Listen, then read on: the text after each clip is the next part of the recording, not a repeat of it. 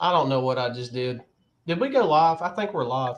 That's what it says. Yeah. Yep, I think everybody's live right now. Hey, I think I'm supposed to do something here, but I can't remember what I'm supposed to do here.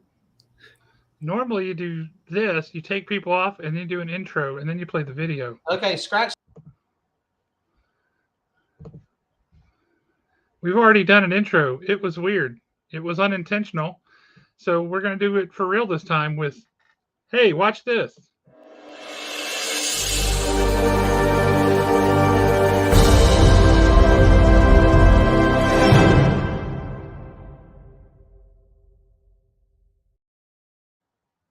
See, and this is much more normal now. So welcome back. It's Thursday night. Thank you for joining us for Haven Comics Shop Talk. I have a haircut, and that makes Alan angry. Let's bring Alan on because he needs to tell the world about his anger. Alan, why are you angry about my haircut? Because it is not the glorious flowing locks that we have been used to since the beginning of the pandemic. I just don't like it. I'm jealous. I want those locks for myself. Well, if I grow them back out again, do you want me to cut them and donate them to you? I just don't think it would look right. I really don't. I mean, we're kind of at the point now. There's no coming back from this. I gave up hope years ago and just let it happen. Well, they say that's good for the soul. Just let it happen. Yep, just let it happen. Roll with it. Accept it. Um, yeah. So, what awesome comics are out this week that you're interested in and excited about? I am glad that you brought that up because last week we talked about comic books, and I cannot begin to tell you how much I actually enjoyed doing that. Yeah, because it's cool. So, what everybody needs to know is I actually run about a week behind because I don't pick up my stash until Fridays, which kind of works really good for this because the stuff that I read, you're probably not going to read, or the stuff that I read, you've already read. So, I'm not really spoiling anything. But tonight, I've got 3 comics. So, right off the bat, we have made no bones about it. I love some AWA comics. And Sacrament is their current, I guess we could go ahead and say, horror title. Sacrament 3 come out last week. If you are into horror or if you are wanting something different to kind of break away from superheroes, go a little more grown up, this is great. The entire series, like I said, it's only on the 3rd issue. If you haven't missed much, you can still pick them up relatively easy. If not, they can be ordered relatively easy. It's still out there to order. In this particular, what basically the premise of the story is, mankind has left Earth, but the problem is we took all of our demons with us. And there is one, basically exorcisms and things like that are illegal. There is one priest that is still out there that is he's had a crisis of faith for years. And the government, I guess we could say the universal government at this point, has really and truly no choice but to track him down and try to bring him to where they're at because they feel like they're dealing with a legit possession. And that's where the story picks up in Sacrament 2. I mean, I'm sorry, in Sacrament 1. In Sacrament 3, you actually see, you really get a little bit deeper into his crisis of faith and what's wrong with him. But you also, toward the end of it, you see his return to faith. You see he's getting ready. He understands it a little better now. He understands that, hey, maybe I was wrong. Maybe it is real. You know, he even starts referring to it as a demon, and it's something he hasn't done in a long time. And he even starts to pray again. It's been really good. It's almost like a really bizarre combination of The Exorcist meets I want to say Alien, but there really are no aliens in this. It's a really good read if you're wanting something more adult oriented. If you're easily offended by some of that stuff, don't pick it up. If you're not easily offended and you want, something really good, something that's got a solid story, this is going to be great. AWA does their thing where they'll come out with like 5-6 issues, and then they'll take a 2 or 3 month break. I don't know how they would continue this storyline beyond 5 issues unless they just go with like a different exorcism. But since it is Halloween season, and if you're wanting something a little spooky, a little scary, a little different, yes, it's not a little different. It's a lot different, but it feels like a familiar story. It's something that you would really enjoy. Next up, yes, Opus Comics, Death Dealer. This has been so much flipping fun. It is unreal. This is definitely a grown-up title. There's definitely a lot of things going on in here that you do not want the youngins to see. There might even be a couple of things in here that you don't need to see, but it has been so much fun. This particular issue right here, it introduces I guess we could say somewhere, a cross between a stoner version of Gandalf and Merlin, who is absolutely great because all he wants to do is exist outside of the real world and sip on his potions and stay messed up all day long. But they're forcing him to fight. Death Dealer is definitely a fun title that I know that they're creating a universe for Frank Frazetta with a lot of his stuff. I don't know how long it's going to be around. This one is issue 6, so these are still going to be really easy to get, and it's really fun. This version of Death Dealer right here is what Conan should be. If you are a fan of Conan, but you've always found Conan lacking in comics, this is definitely a read for you. Last book, I promise I won't be long-winded. I lied. I'm going to be long-winded. There you go. So Darth Vader number 28. Darth Vader is literally the best Star Wars title going. They're really dropping the ball with the other titles except for Darth Vader. These are pretty much stories that, yeah, they're all brand new stories because they're trying to get us to what would be the next movie in this timeline. And the next movie would be Return of the Jedi. Because if you're not reading the Star Wars titles, that's actually what they've been doing. They've been filling in the gaps in between the movies. But in these books right here, it is literally all about Darth Vader. The ending of this book has a nice little twist. I'm calling it a twist. It may not be a twist. I think it really depends on how you look at it. But in this particular series, the past few issues, you are finally finding out what happened to Padme's handmaidens after her death, after the Empire rose to power. That right there is a really cool story unto itself because the handmaidens are more than just handmaidens. They're more than just body doubles. They were bodyguards. They were trained. I mean, they had a mission. So you're really finding out more about them, and there's a nice little twist toward the end of this one. So if you like Star Wars and you're wanting a good story, I would definitely pick up Darth Vader and leave the rest alone right now. Even the Star Wars main title is really starting to kind of slack off a little bit, but that's just my opinion. If you're a Star Wars fan and you think the main Star Wars title is great, okay, that's fine. I think they're really dragging it out with the main title when they don't need to. But Vader, must read for Star Wars fans. And there's my 3 comics for the day. Well, let's pause for a sec. Hey, Tots, how you doing, sir? Always good to see you, Ryan. What's happening, man? And what's happening, Kyle? Hope everything's going well for you guys. Things that will make you happy. Alan, Vanish number 2 is in this week. That was quick. It was super quick. But yes, Vanish number 2 is in this week. Oh, I cannot wait for that. Did you read Vanish number 1? No, because we were sold out. And they took it out of my box and sold it to somebody else. Who did that? No one would fess up.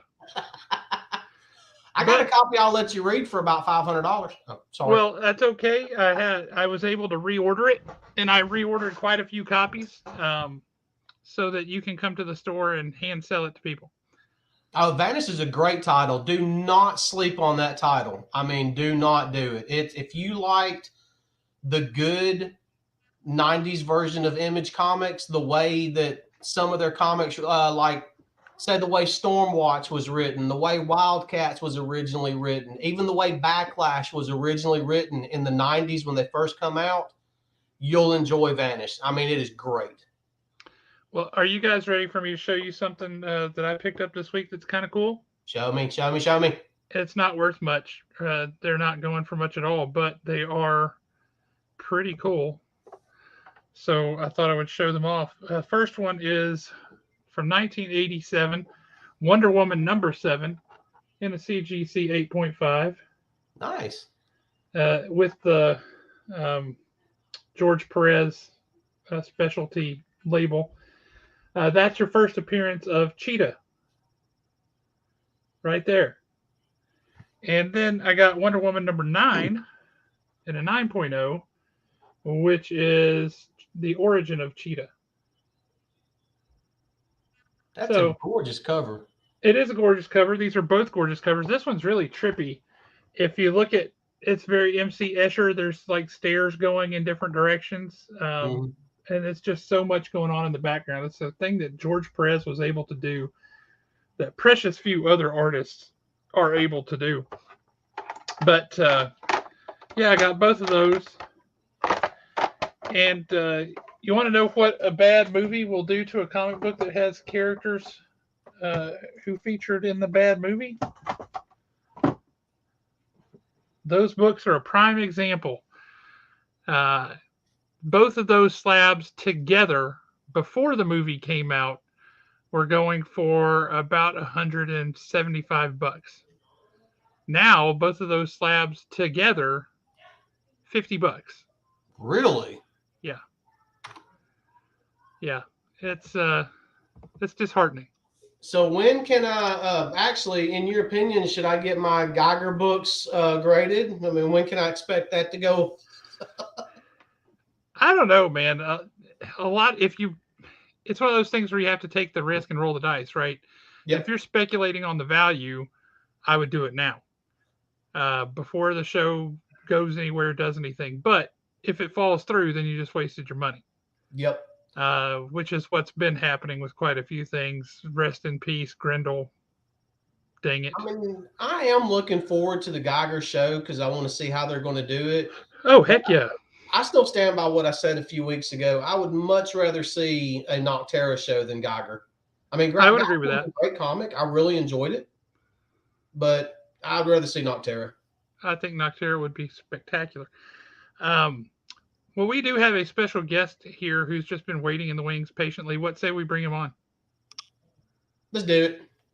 Everybody, you know him, you love him, you think the world of him. Here we go. It is the one, the only, Mr. Aaron Michaels. How are you, sir? What a beautiful introduction. Thank you. I'm doing really good. How are you guys? Well, I mean, I'm hanging out with Josh, and I'm not having to do anything like harsh, so I'm doing really good. Yeah, best time ever. Absolutely. 110%. Oh, man. So, Alan's weighed in with his thoughts. What do you think of the haircut? I really like it. I want to know if you kept the ponytail, but I figured you probably didn't. But that's been going a long time. No, not kept. All right, so that's enough of Aaron for the week. I think moving right along. His face, look at that. What? I can't be supportive? No. Haven Comics is about a community. Big Haven Wool! Comics is about community. It's Big Wool. We got Wyatt. Ayo. Big congratulations to Wyatt. We're excited for you, brother. Josh, I do still want to see, like, if you have a picture of the severed ponytail, I am fascinated by, like, how much you actually cut off and, like, how long it actually became. Oh, man. It was a lot of hair. Oh, man. I'm proud of you, though. That's big. Haircut during COVID will do for you. Yeah. Oh, man. It's a long time. But yes. Also, yeah. I like it. All I like it. For me was give me Poofy and then the Gallagher look, and I just couldn't pull it off. Did you get a sledgehammer and some watermelons? I had an uncontrollable desire to, and I never could figure out why. So now Aaron is going, I have no idea what you're talking about. You just wake up in a cold sweat. I understand. I thought you said Gilligan at first, and I was like, Gilligan did not look like that. No, Gallagher had the big hair that started right here on the sides and then just went big this way. It was kind of crinkly, curly hair. Sure. Then he had a mustache. He was a comedian, and part of his shtick was he would bring out watermelons on stage and a sledgehammer, and he would just smash them. Oh, I have seen that, but only in a Simpsons parody. I've seen a bit about him That's on The like old Simpsons, I home week, think. man. We got Owen in the house. Oh my gosh! Yay! Owen, we haven't seen you in forever. How you doing, brother? Owen, we ran out of questions. Get to work. Owen, you just reminded me. How many folks on here? Hopefully, all of you know Larry Marsili. Used to own. He used to own Tattooed Lady back in the day after Lydia passed. Then he owned Anime Nation / Anime Invasion / whatever they ended up calling it before he sold it, and they changed it to Cosmic Odyssey. He's owned a couple of comic stores. He owned Hit Video, which was also a comic book store. He's owned a lot of stuff. Well, he's also a Larry now. He's a lawyer now. But he was gonna be. He wanted to be a band. He wanted to be Motley Crue. He wanted to be Poison. He wanted to be Metallica when he was a kid, right? And so they did videos. And they did all kinds of stuff, and they shot all kinds of cool videos, including one where they just walked from his buddy Daryl's house down to Sunburst Records, and then we went across the street to the gas station. It was so 1987, 88, 89. It was perfect. Well, it makes that video makes the rounds on Reddit and YouTube and stuff periodically. But now Nickelback has a new song out called Those Days, and the video features snippets of Larry's video from back in the day. Because the whole song is about nostalgia and remembering back what it used to be like when you were just playing, not even Nintendo, you're playing Atari and running around the neighborhood and listening to all the awesome heavy metal bands and all this. But so he is in that video. He and his buddy Daryl. It's fantastic. Now that's cool. You said Sunburst Records, and I started having flashbacks. Oh yeah, yeah. How could you not? That's Sunburst Records was the cool independent record store, and still is. I like this right here. What Owen says. Owen says Ashley is out tonight, so he has time. Owen, my wife and I have been together for a little over 31 years. On Thursday nights, she gets excited when I get to do this because it means I'm not talking to her. That's fair. Owen, I assume that they're getting paid. Larry's a lawyer, and he's not going to not get paid for things. So you know how that works. But yes, look up. I mean, just go to YouTube, look up Nickelback Those Days video, and you can watch them. They walk up and open a garage door, and they all step in, and there's all the guitar and drums and everything from way back in the day. They're like blowing everything off of it, and they're doing this whole garage band experience, but it's interspersed with video flashbacks. And one of those is sequences out of that video and a couple of other of Larry's videos. So yeah, that's really, really cool. Let's check that out. That's really cool. That's awesome. Yeah, it's pretty darn awesome. Speaking of awesome, though, I understand you've had a really awesome week or two there, young Aaron. Oh, yes. It's been so full, so I'm going to need you to help guide me a little bit. Which awesome parts would you like me to talk about? I'm in a very good position where there's multiple awesomes. Because we discussed it some last week. Let's start with your impressions of Black Adam. Oh, okay. And for anybody who doesn't know, Aaron is majoring in film and to be a producer in movies. So he kind of is a bit of a pro at movies and storytelling in theater and all those kind of things. He's been involved in that for years, and that's what he's studying. So he looks at movies a little bit differently than most people who are just like, I liked it or I didn't like it. He's kind of studying it, right? So you're breaking down the film like a football player. Okay. Will break down the play-by-play. So tell us, Black Adam, what'd you think? Black Adam had some of the best action sequences that I've seen in a comic book movie in a very long time. However, the dialogue was so strange and hollow sometimes. It's a very jarring experience because you have like the buildup of what DC can be as like a film franchise, and then you also get like some parts of it where it's like, yeah, these are our old issues coming back once again. Honestly, I feel like Black Adam's biggest takeaway is whatever you as an audience member decide to go forth on and focus on, because there is a lot of good and there is a lot of bad.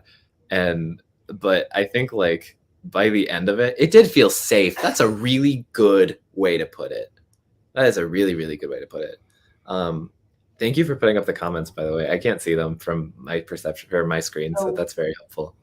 When you say that the dialogue felt hollow, was it like a typical rock movie dialogue, or? It honestly, it played like a action movie from like 2004. It's like just weird, and all of the specifically the members of the JSA have the corniest dialogue perhaps ever, and it feels very much like I'm saying this to get the point, to get the plot to progress, and not because I have any fruition as a character.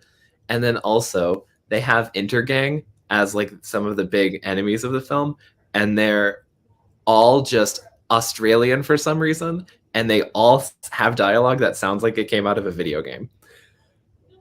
And they all, like, every ranking member of Intergang, no matter what their rank is within the team, they all have the same information. So anytime there's like, oh, this character has the MacGuffin, they're like, she has the crown. What? You don't know that she has the crown. Why do you know she's after the crown? You are like a faceless goon in this society. And it doesn't really feel like they thought all of it through. Adam's stuff absolutely does stand out, though. And as like someone who loves Shazam so very deeply, it felt like worthy to be in that same kind of conversation. And I would very much like to see where those stories continue. So can you, after what you just said, say in future movies, can you see, say, Henry Cavill Superman, Shazam, and Black Adam all in a fight together? Will they be able to pull that off successfully? Yes, absolutely. I feel like especially after the Billy Batson's like maturing in Shazam Fury of the Gods that comes out in March, I feel like we will definitely be at that point. Shazam kind of feels like he'd be the onward out in that conversation. But no, there's definitely a very bright future for Adam that I'm very excited to see, actually, not just like, oh, okay, The Rock is in here and it's kind of distracting. But there are moments where I genuinely forgot that that was Dwayne Johnson, and I just got enveloped in it, especially like the Kondak scenes. I'm sorry, The Rock. Like, I forgot that it was him sometimes because he just kind of melted into it. All of the Kondak scenes and then all of like the flashbacks, and every time that Adam was on screen, it was like this really, really enveloping like stage presence that you couldn't really take your eyes off of. That was the standout of the movie for me by a lot. And I was like, okay, yeah. The rest of it plays like a very typical action movie that you've seen a million times over, but I really liked it. And by the end of it, the third act, I was really worried was not going to be anything good, because they, instead of focusing on Adam and the JSA and like this kind of dichotomy, they pull in third villain with Intergang and then fourth villain with Sabak the demon. And I was like, by the time we get Sabak in this movie, it's going to feel so thrown in and just kind of stapled together, where he's like, no, we got to team up and fight the bad guy. But they did it so organically that I was like, oh, this actually makes a lot of sense, and they've provided some character work to justify this happening. I really, really, really like it. And the third act was really polished, and by the end of the movie, I was like cheering. I was like, that was fun. That was like a roller coaster. I liked it. So I have good vibes. Of particular import to me, because I've never really cared about Black Adam one way or the other, but I do like a lot of characters from JSA. That corny dialogue aside, does the JSA come across as cool? Or are we like, wow, okay, I want to get to know more about that character. Please tell me that Hawkman comes across as cool. I have two perspectives on that. I have the comic book reader perspective and then the audience member perspective. The audience member is going to love it and not care. Here are some superheroes they've got cool powers. Here they are, save the day. Love it. Comic book readers who actually know these characters and really like them, it's so like anguishing to be a fan of like Dr. Fate or Hawkman, especially in those. Fate looks cool. Fate and Hawkman look fantastic. Their powers are portrayed beautifully, and their performances are really nice. But it's like, it doesn't really feel like it's them. Like, you meet Hawkman in the 21st century. He's got a mansion in Louisiana and a fighter jet, and he's on Waller's payroll for some reason. And that's just where you meet him. They don't tell you anything about his origin at all, or Are they like saving that for a standalone movie? I don't think so. I mean, they've got an actor they shouldn't waste. Yeah, I agree. And Aldous really owns it, and I really liked his performance a lot. It's just like it's very unfortunate when you get into these positions where you're like, oh, there is potential here, but I don't know if I really trust the creative, like the studio, to actually do that. And also, just I don't know if anybody's going to really care about Hawkman enough for a spinoff. As much as I would love that, I don't feel like that's really going to sell well. Like in Black Adam, there's enough of him to make people go, hey, I want to know more about that guy. No, not really. What about Which is Dr. unfortunate. Fate? Yes, but I can't really explain more beyond that for the sake of not spoiling it. Understood. There is a possibility of it for sure. Because I gotta tell you, I think a Hawkman movie spanning back through time would be flipping amazing. I can see how that would play out. How you start way back in the day, or even you start now and you do like the Highlander, right? And then you have the flashbacks, kind of thing. You could tell an amazing story about Hawkman because he's been around forever. He's done it all. He's seen it all. He's also one of the best detectives in the DC universe, although he gets no credit for that ever. Nope. Detective Jim gets put in that conversation more than Hawkman. Yeah, which is a real shame. Let's see. What is Owen saying here? Yeah, that was kind of the thing, Owen. It was that it looked cool, but you can't really adapt it well. Just because of what it is and the fact that it's not their movie also is kind of the thing. Like, Dr. Fate does not mention Naboo by name at all. Ever. Why? What? I don't know. They just say he got the helmet from space, and that's it.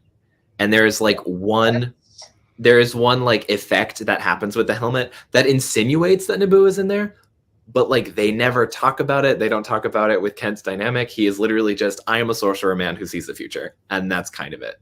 Now, is that something he looks cool though? They would be able to explore in the future? I mean, do they leave it open to where they could talk about Naboo in the future or like future movies or something? I mean, they definitely could, because Dr. Fate is used not to compare him to Doctor Strange, because that sucks and I hate when people do that, and it's something that happens all the time. But they literally they utilize him in the movie as like the prophet who sees the future, and that's kind of all that they use him for. He plays almost exactly like how Doctor Strange plays in Infinity War, specifically that one movie, as like a plot point. So if they did use Naboo in like a Dr. Fate solo project, it would probably be as like the voice inside of his head, because you never really see his perspective of it. You see the visions and then you see him talking and his powers, but that's kind of it. You don't really see this world through his eyes at all. Now, what about Pierce Brosnan's portrayal of Kent Nelson? How was that? With him kind of playing a split. There is no split. No, there is no split? No, he is Kent Nelson in the suit. He is Kent Nelson with the helmet on, and he is Kent Nelson without it. There is no personality split at all. They don't insinuate that Naboo is in that helmet until literally like the last 10 minutes of the movie. And even then, it's like there if you were looking for it. Yeah. And like general audiences would not even be like, wait a minute, there's a guy in that helmet. No. It looks cool though. Visually, he looks really beautiful. Like, I like the asymmetrical patterns of his helmet. Yeah, I think that's probably right, Owen. Honestly, Black Adam as like a script had far too much going on, because you had Adam, you had Adriana Tomaz, you had her little brother in the comic books who was her son in this. You have Intergang, you have Sabak, you have Black Adam, and you have the JSA, which is split up into two groups of Hawkman and Dr. Fate, the old school people who have been doing this for a long time, and then Cyclone and Atom Smasher, who are like the newbies, and this is their first superhero mission ever. So you have like 8 really, really prominent characters, and you just kind of play tug of war with all of them. Adam obviously gets the most attention, but it's like if you were a comic book person watching it, you're like, my brain is going in a million directions. But if you're just watching it to watch The Rock have superpowers and blow stuff up, you're gonna have a great time. Because visually, it's wonderful. That's why I'm saying it's kind of a mixed bag. But I would see it again. Are the special effects standard Gorgeous. DC, like rubbery looking, plasticized, cartoony looking special effects, or are they actually good? They're actually really good. Like, despite the fact that Sabak is in the movie, very, very minimally, like, and he could totally just be out of left field villain, kind of out of nowhere. He genuinely plays as a threat, and his design is gorgeous. Like, they all look amazing. The VFX and like the visual parts were 100% the standout. Good to know. Yeah. So that we might as well follow straight into that with the other big DC news that came out. Yes. Talk about it. Go for it. Tell Are you people what the big referring news to? is. Are you referring to what happened like the last 2 days? Yes. So, okay, DC's and Warner Brothers have had a very storied history, especially over the last like 2 years, but really the last 6 months. After this Discovery bought Warner Brothers and they had this whole corporate buyout thing, they have a new CEO who has been terrible for the company. So terrible, in fact, that within his first week of being acting CEO, Warner Brothers lost $4 billion worth of the stock and had one of the biggest layovers in the layoffs. Layoffs. Not the word? Yeah. One of the biggest like layoff waves in the entertainment industry history ever. And hope was not good. It was looking real bleak. And then the heavens open and they decide, hey, instead of trying to get one person to be DC's Kevin Feige, which is a conversation they've been having for about a year at this point, they finally have their answer. It's not one person, it's 2 people. James Gunn is running the creative aspects, and his producer on the Suicide Squad, Peter Safran, who also did Aquaman and Shazam and both Wonder Womans, is going to be his co-chair, running more of the business aspects of it. They released a statement saying that they wanted it to not necessarily be focused solely on the intercontinuity, but to definitely promote that more than they have been. But they really want it to be an invitation where they can play with characters that haven't been on screen before and really let the directors and the visual people like have their own styles and have their own fun with it, which I really feel like could be DC's strong suit. Oh, that's kind of the other thing. Black Adam is the first time in any of the DC movies that they've ever really promoted the fact that it's in the one universe beyond just the set dressing, beyond just, hey, there's Henry Cavill's Superman logo on somebody's t-shirt or a poster or something. Like, you genuinely have a character representing the Suicide Squad, representing the Justice League, representing Shazam. Like, and then you get the Wizard from Shazam showing up in flashbacks too. So it's like, if you're looking for it, oh, and there's a cameo from a character from Peacemaker, which I'm like, hello, that's awesome. It's not distracting in the way that if you haven't seen any of those other movies, you feel left out. But I think, at least from what I remember, it's the first time that the DCEU has like ever promoted the fact that it takes place in the one universe with like a set amount of things that have happened. And you mean outside of the movie that was Superman, Batman, and Wonder Woman? I don't know what you're talking about. What movie is that? I mean, like in terms of modern DCEU, where you have multiple things kind of happening at once, like you're getting Suicide Squad references, you're getting Shazam references, like it's actually promoting the fact of all of it together, not just the Justice League. Hang on a minute. I think we have a commercial break so we can hear more about The Hobbit and Lord of the Rings. Go ahead, Nick. What's your question? This will be fun.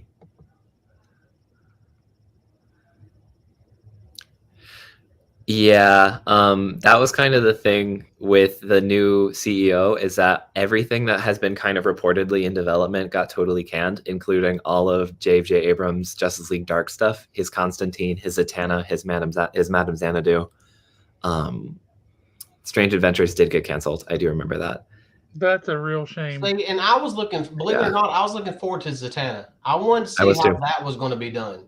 I was too. Because that would literally, Zatanna, Constantine, all that, it all ties together. I mean, they could have really went somewhere with Justice League Dark if they wanted to.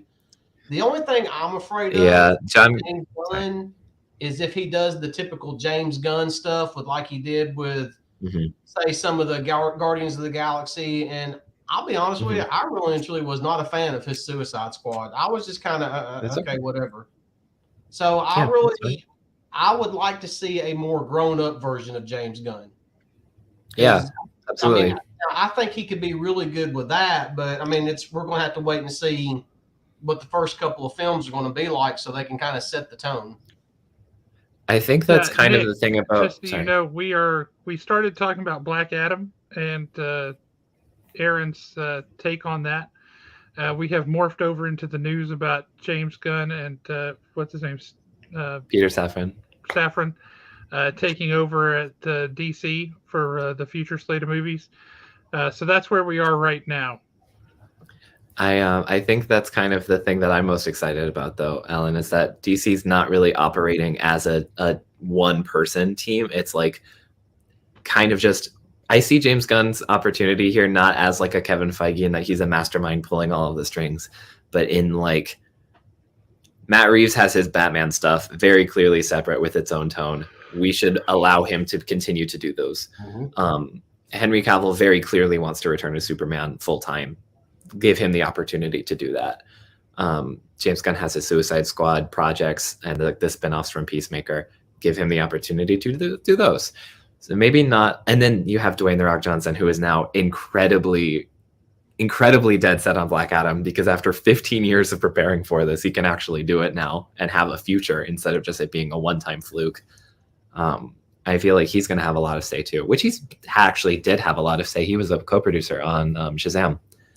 So like promoting the teams of people within their separate divisions and having their own tones and kind of sub-franchises is really what Marvel has done, except with the overtone umbrella of these are all in the one same universe. Oh, and then for DC, you also have Todd Phillips doing Joker, which is getting a sequel, which is like one of the most anticipated movies like ever right now, at least on Online Talk. So yeah, it's like, I don't know how I feel about Lady Gaga playing Harley Quinn.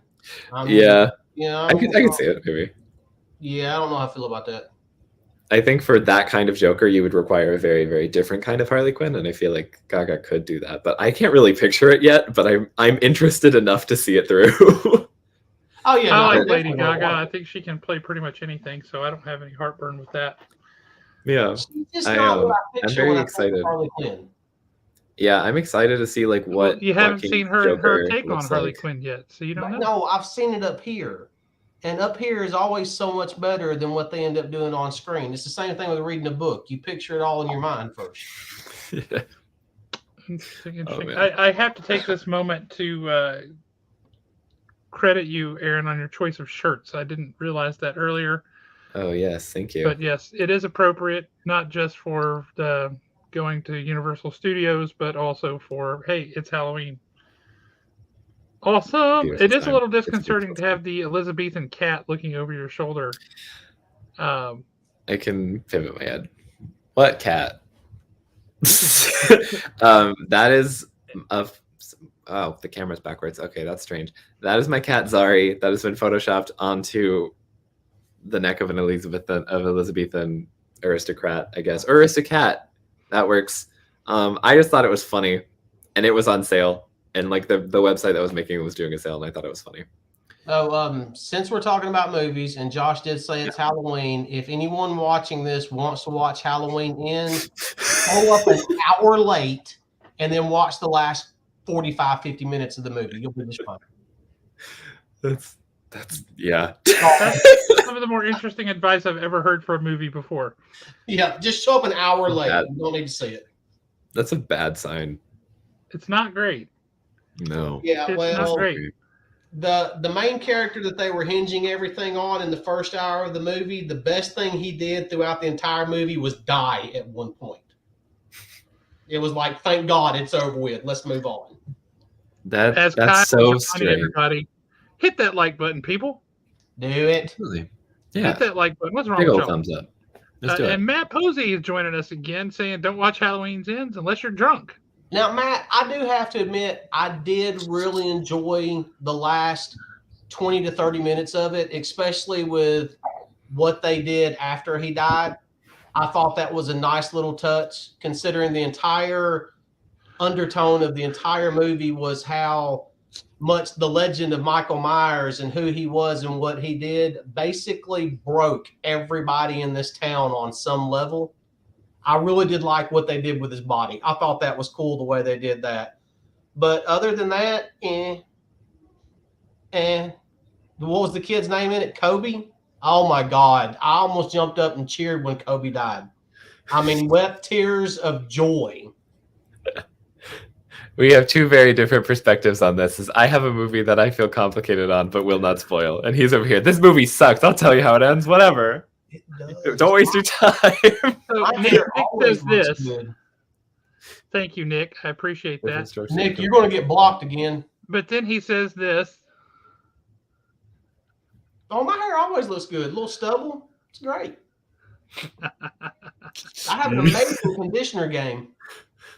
I bet. That is handy. I will say, and this bothered me, and I feel like I have to express this.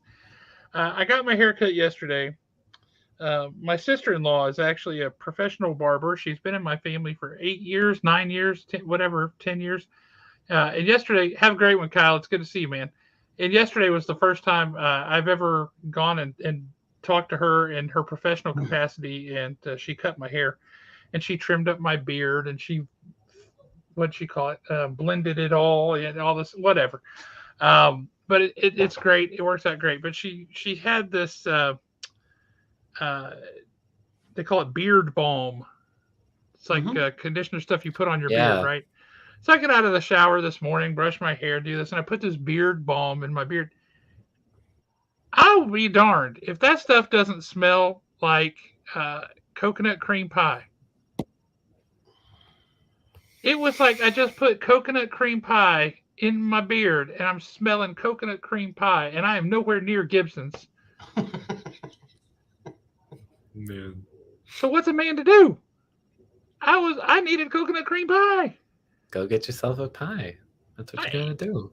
It was 6 o'clock. It's like when you get there was no place to go get a pie. Listen, it's like when you get a song stuck in your head, and the only way that you can ever get it out of your head is by playing it in full. That's what you gotta do. You smell coconut cream pie, and you want coconut cream pie, you get the pie. Kill the craving. It's just the problem because I'm gonna be putting this stuff on my beard every day. Okay, well, maybe not eat a coconut cream pie like, every day. That's it. I'm gonna need a coconut cream pie. Maybe it's some kind of aversion therapy. Like eventually, I'm just like, I don't want pie anymore. Like, I smell that every day. Yeah, coconut cream pie smells like the stuff I put in my beard. This is my hygiene product. I know not to eat my hygiene product, so you smell the coconut cream pie and you're like, this is wrong. No, I'm not going to eat my beard conditioner in a pie shell. Eat your face. I can't get at it. Hey, Nick, your thing about paying a boatload of money to keep your hair, don't do it. It's a waste. Just accept it. Move on with your life. Buy more comic books. What's up, Nick? I do like that. But he said, guess what? What? Please don't say chicken butt. If you're going to type chicken butt in the chat, I'm going to be so disappointed. So, I mean, if it's a genuine question, though, I'll be happy to hear it. Back to some of the awesome stuff that you had going this week. In your education to become a budding producer and such, you guys had an awesome special guest come and speak to your class, right? It did, yes. I don't know if you can talk about any of that, but whatever you can, talk about it. Let people know who this guy is, what he's done, and maybe some of the cool stories that he shared. Well, you didn't type it out, so that is a reprieve. Okay, emojis, sure. Okay, you know what? That's all right. I'm proud of you, Owen. I'm proud of you. Let it go. Let it go. The hair never bothered me anyway. Good. I love that. Yeah, so I have a class of about 18 people right now. It's dwindled from that, but our very small little tight-knit group of 18 people had a very nice guest speaker who is an alumni of the school. One of our most prolific. His name is Stephen Barris, and he is the senior vice president of production at HBO. He was one of the front runners on getting House of the Dragon made. And he did the last, I think, 3 or 4 seasons of Game of Thrones, I think is how long he's been working with the company. He also worked on Succession and Sesame Street. He had like a 1-minute little blurb about Sesame Street, but everybody wanted to talk to him, obviously, about House of the Dragon. So he was very happy to oblige. It was really, really nice chat. He was a very lovely man. And he took the time to go through with us a script breakdown of the script that we're shooting for a project in December. That's our biggest production class that we take. He gave us a script and we did a breakdown with him, like how he would do in a production meeting, pretty much like bracket by bracket, like how he did for House of the Dragon. And it was really, really cool. We got him for about maybe an hour and a half, and I was just thrilled the entire time. So I assume that you learned something about the filmmaking process or the show making process when he broke that down. What jumped out at you as something really cool?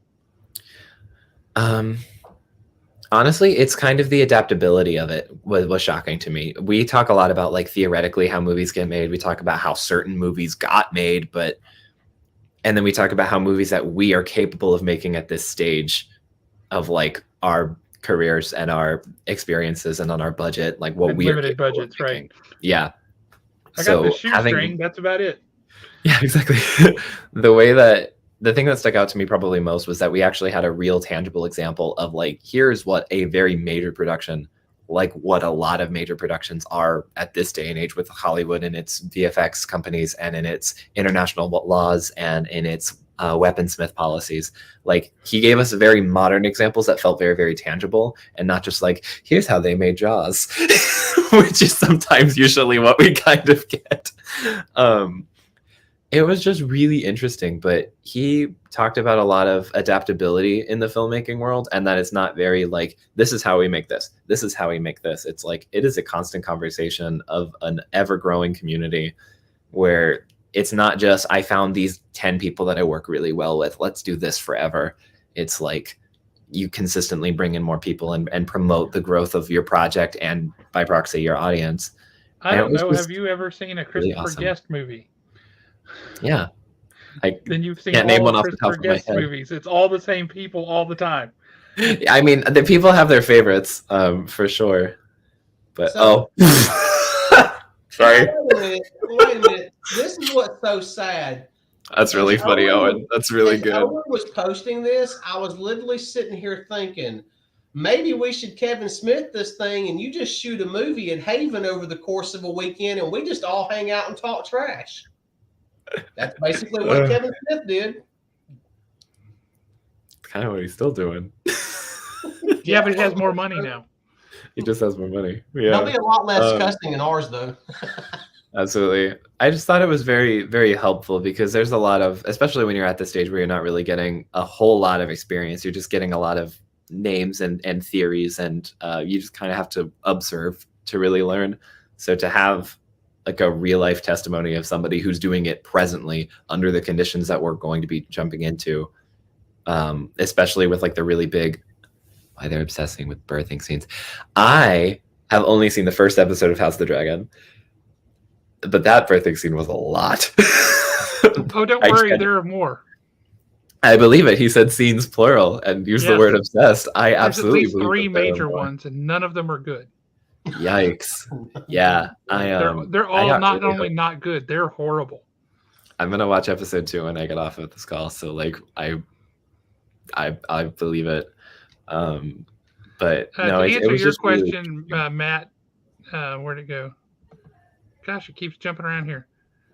There we go. Yeah, we were just talking about Black Adam a little bit ago, and we discussed the co-CEO thing. We did at length. So just when this is over, rewind and you can go back and catch that. I did a very thorough breakdown, I feel.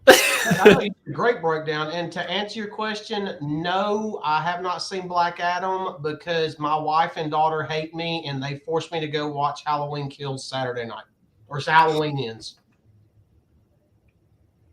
It was you got 2 more weeks before Black Panther, so you should have the next 2 weekends. Make it happen. So we'll come back to House of the Dragon.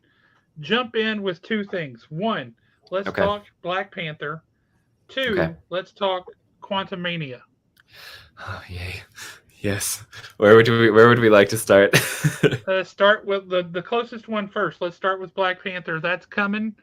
What do you think we're going to see? What do you think is going to make me angry? Black Panther Wakanda Forever comes out in 2 weeks. Their world premiere was in Hollywood yesterday, and it has gotten some of the most glowingly positive reviews that I've really ever seen for a Marvel movie, especially because I feel like kind of the baseline assumption in terms of like social impact and like storytelling ability that Black Panther is like the crown jewel of the MCU, which is also true of its awards recognition. And they were like, it's keeping its crown. And I am very happy to hear that. That movie has had such insurmountable odds going against it for so long. And the fact that they were not only able to maintain the level of quality from the first, but actually grow beyond that, I think is, yeah. Evangeline Lilly cutting her hair for Quantumania made me sad. Yeah. I do like the yellow and the yellow and black in the suit, though. Her suit looks amazing. And her Ant-Man and the Wasp design was probably my favorite MCU suit that we've gotten so far, or at least in the top 5. But I really like the new one, so I'm like, okay, let's do it. Let's go for it. We're not talking about that one yet. We're talking about Black Panther. Anyway, distracting. What about Black Panther am I going to love, and what about Black Panther is going to make me mad? Well, okay, so I haven't. The promotional material has been very slim for this because they're keeping a lot of it quiet. It is the 3rd longest MCU movie ever, and they've been reusing scenes for like almost all of their ads. So I can't really speak to a ton of it. Like, I know a big thing for you is that they've changed it from Atlantis to a new term, Talakan, and that makes your blood boil. It's a non-existent place. Yeah, it's I know that's going to make you mad, but I remember in conversation, and I am going to hold you to this, that you said as long as they say somewhere that it was referenced or documented as being Atlantis at one point, correct, I'll be okay with that. I still hold to that. I am holding you to that. Yeah, but the question is, how likely do you think that is to be the case? I think fairly much, because like even the first Black Panther movie referred to that some of the legends got mistranslated, and it was El Dorado is Wakanda. So like I think that's feasible for them to be like continent for that. They said that in the movie. They were like, they've been looking for it in South America, but it was in Africa the whole time. That's literally a line. I don't remember that. I'll have to go back. It's in Claw's interrogation scene. Okay. Anyway, something that really stuck out to me in the first movie or in the trailers, though. I have to address this. Owen, hush your mouth. Oh, he got you there. Currently non-existent, and it may have always been non-existent. That said, it's so. The stories of it have been around so long. It's such a part of the culture. Mm-hmm. Everybody in the Western Hemisphere, heck, most of the world has an association with Atlantis. You say Atlantis, there's an instant image in your head. There's an instant gravitas that is associated with that. There's a mystique associated with that. Just the word Atlantis carries a lot of instantaneous connection to a lot of different things, images, thoughts, feelings in people's heads. Making up some random new place does not have that connection. And before you say Atlantis is non-existent place, go read up on Bimini Road, and that's all I'm gonna say. Also, Atlantis was a real city. It's just if it sank and became a city for mer people is kind of the part where it gets a little questionable. But no, Atlantis was like documented in Aristotle's books. He didn't write fairy tales, but I see what you mean. I thought that was very funny. That was a very good comeback. There are a couple things that are in the newer trailers though that really excite me though, specifically about Namor. Okay. In that, for one, he has the wings on his feet and he can fly with them, and it looks so goofy, and I love it. But also, you're talking nonsense now. Names don't matter. Arose by any other name, sir. Shakespeare already addressed this. I like the rest of that sentence, though. I like the rest of the sentence. He made good points. Shutting him down for just the one part of his list. I hit my 3 points on what makes Namor last week, and I'll say them again since Aaron please update has me. absolutely failed and not watched any shop talk. Here are my 3 points. That's true. 1, Namor is from Atlantis, period. Point blank in discussion. 2, Namor is a jerk. If this man is not a jerk, he's not Namor. And 3, at some point, he has got to be trying to get with Sue Storm. Period. Absolutely. 3 things that make Namor. Yeah, comics are full of fictitious places. Absolutely. Don't disagree. But not in the case of Namor. He's from a place that has a long history associated with it for thousands of years in the culture that has come to grow over time. It just has an automatic connection to it, and it conjures an automatic image in people's heads, and it has a mystique about it, whereas some random Talucan sounds like Toucan Sam comes from there. It doesn't conjure up anything. It doesn't make me think anything except, oh, some weird place they made up. It doesn't give me that instant gravitas that Atlantis does. For sure. I understand that completely. Alan, you said something very interesting about Namor being a jerk and how that should absolutely be part of his character. There is a line in the trailer that refers to the fact that really like kind of hones in on why it's not Atlantis, not just because of, oh, they didn't want to be like Aquaman, but in that Namor and the new undersea civilization is based around Mesoamerican mythology, and like the reason why it's in South America, or why it's there specifically, is because there are undersea myths very similar to Atlantis that do actually stem from that part of the world. But also, Namor is not only their king because of his mutation and the wings on his feet, he is being worshipped as a god, as the physical incarnation of Kukulkan, who is the, you know that Aztec building that kind of does this? Yeah. That's a temple for that deity. And if Namor is the living incarnation of that deity and is referred to as such by his people, that I think like really contrasts the majesty of Wakanda and like the two types of kings very differently in a way that I feel like is really nice. And then also, if he's being treated as a deity, he's gonna be an ass to everyone. He better be. That's gonna get to his head, and I'm really excited about that. I'm marginally upset that his head isn't oversized and shaped like a triangle, and he doesn't have eyebrows that crawl up off the top of his face. I am marginally upset about that, but only marginally. The visuals of the characters, I'm less bothered by the visuals of the characters across the board in the MCU,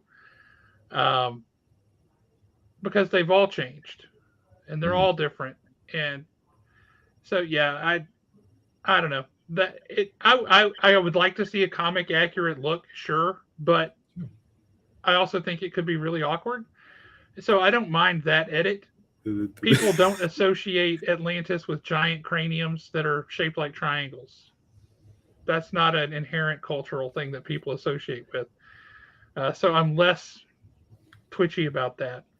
So with something, but yes, Namor has to be an absolute jerk. That is absolutely top of the absolutely. That is quintessential part of his personality. So I mean, he's got the wings on his feet. He's going to be worshipped as a deity incarnated. And if this has been talked about, I think I vaguely remember seeing something online somewhere. Is Namor going to be our first true introduction to mutants? Well, he's technically the second. So he can't be. We've already addressed that. But yes, Tenecuerta, the actor who plays him, did confirm that in an interview. Yeah. So yes, which is actually, that's why they're doing something really nice, because the rest of his undersea people have blue skin. Namor doesn't, and he has the wings on his feet.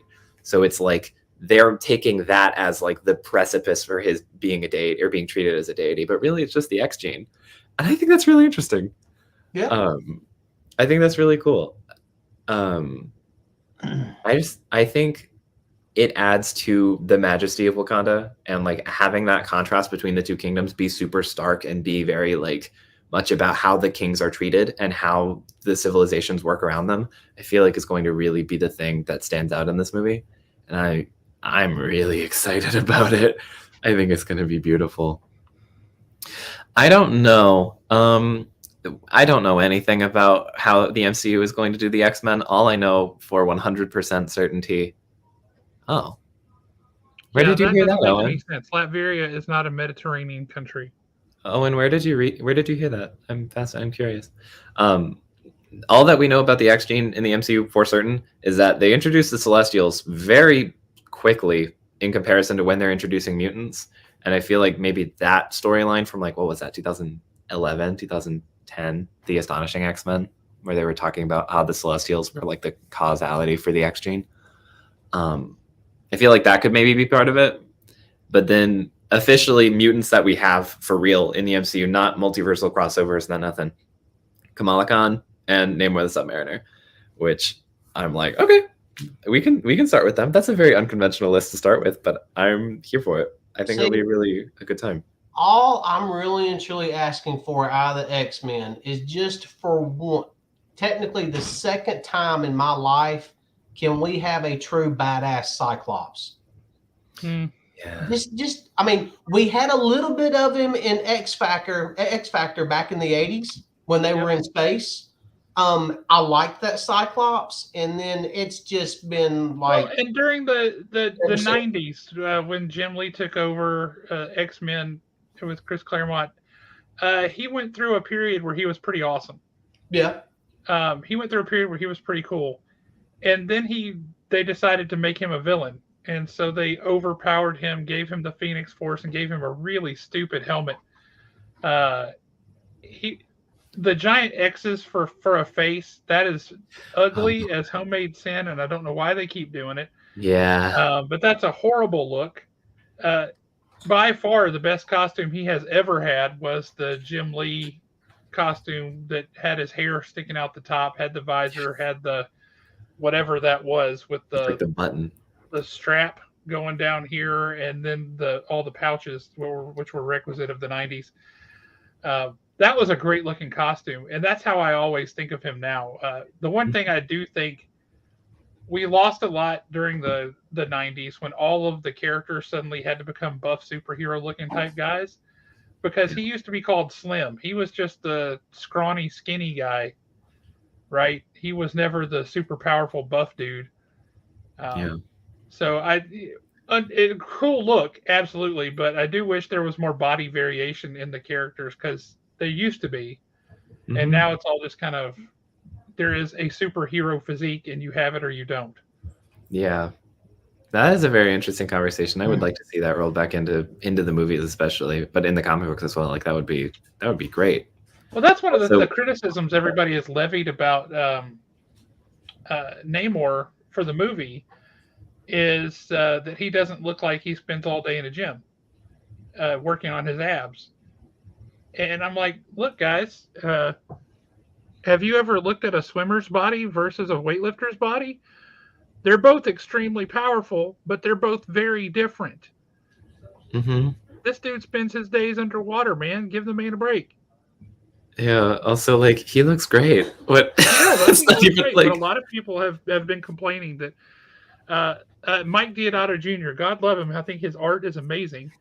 He's a 60-some-odd-year-old man who took a picture of himself buck naked because he's ripped as all get out, showing himself like, ugh, and saying like it's a shame when the artist on the comic book is more buff than the actor playing the character. And I'm like, I get what he was saying, but I don't think Namor has to be a buff, crazy-looking dude. He's a swimmer. Yeah. And to discuss the visuals generally, I think the choice of the Mesoamerican visuals, the aesthetic, was actually really inspired. I thought that was brilliant. I loved it. It's a visual area that had not been tapped in the movies at all. So they have a lot to play with. And you can automatically go, okay, Team A, Team B, Team C, just at a quick glance. No, I thought that was really, really cool. I can't wait to see it. I'm so thrilled. I have opening night tickets finally because hang on. If you think that dude is chunky, then you need to redefine your terms, because that man is not chunky at all. And see, and here's my thing. He is not the peanut butter man. He's like, I don't really care about that. I mean, I could care less if. I mean, there's certain superheroes that should be built. I mean, Superman should be built. You know, Black George Reeves, Adam. man. George Reeves was built. Yeah, George Reeves was like the quintessential man back in the day. I mean, Yeah. that's how. I mean, that was the manly man. Yeah, barrel-chested, broad-shouldered, Yeah, but not like you can see the ripple of every single muscle. Yeah. yeah. I mean, not every superhero, whether it's comic books, TV, or movies, need to look like their skin is so tight because they're dehydrated and they don't have a 6-pack. They've got a 10-pack. I mean, they don't all have to look. Does that mean that their muscles have muscles? Is that what that means? Oh yeah, their muscles have muscles. I mean, Chris Hemsworth as Thor is the exception, not the rule. yeah, I mean, like you said, okay, Thor. Thor is one that should be built. Thor is a character that should be built. There you go. Yeah, no, you are 100% right. Christopher Reeve and George Reeves, those two are Superman. Henry Cavill is definitely this generation's Superman. I'll give him credit. I think he's been wonderful at that role. But as far as the quintessential Superman, George Reeves and Christopher Reeves. And I'm prepared. I do have to ask this, because he is, I think, the only character who has played both Batman and Superman. What about Ben Affleck? Oh, I love Ben Affleck as Batman. What about as Superman? I see the wheels turning, young Aaron. Well, when did that happen? What? He did technically play Superman, but when you look at it, he was actually playing George Reeves playing Superman. Yes, he was. So that's where we go off into the world of word semantics. Yep. What movie was that? Was that the Black Dahlia? Hollywoodland. Hollywoodland. It was Hollywoodland. Yeah, there's a movie called Hollywoodland. Where he okay. played So he didn't George like actually Reeves, play Superman. and he did appear in the Superman costume. So you got to see Ben Affleck as Superman. Oh, that is bizarre. Yeah, but that's pretty much what George Reeves looked like at the time. So I'm gonna watch that later. Watch the movie, because it's an interesting movie.